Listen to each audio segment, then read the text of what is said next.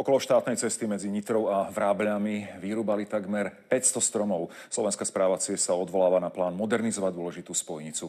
V budúcnosti na tomto úseku už so stromami nerátajú.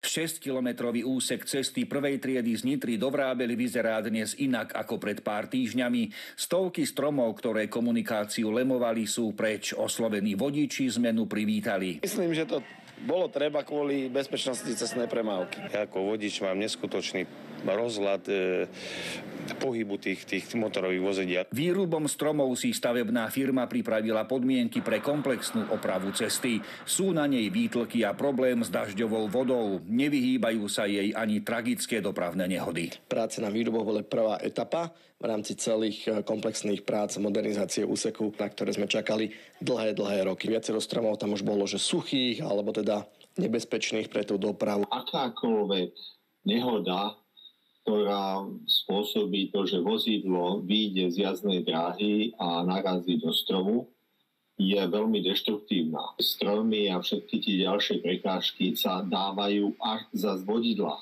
Okolo cesty na tomto úseku stromy už nevysadia. O mieste náhradnej výsadby rozhodnú obce, cez ktoré štátna cesta prechádza.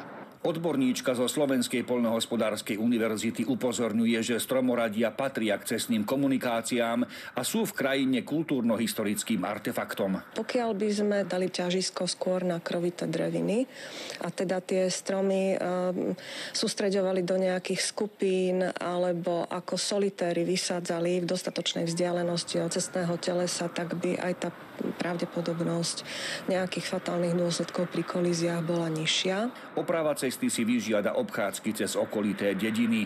Slovenská správa ciest sľubuje, že potrvajú najviac do konca júla. Investícia bude stáť 5,5 milióna eur. Miroslav Liko, RTVS.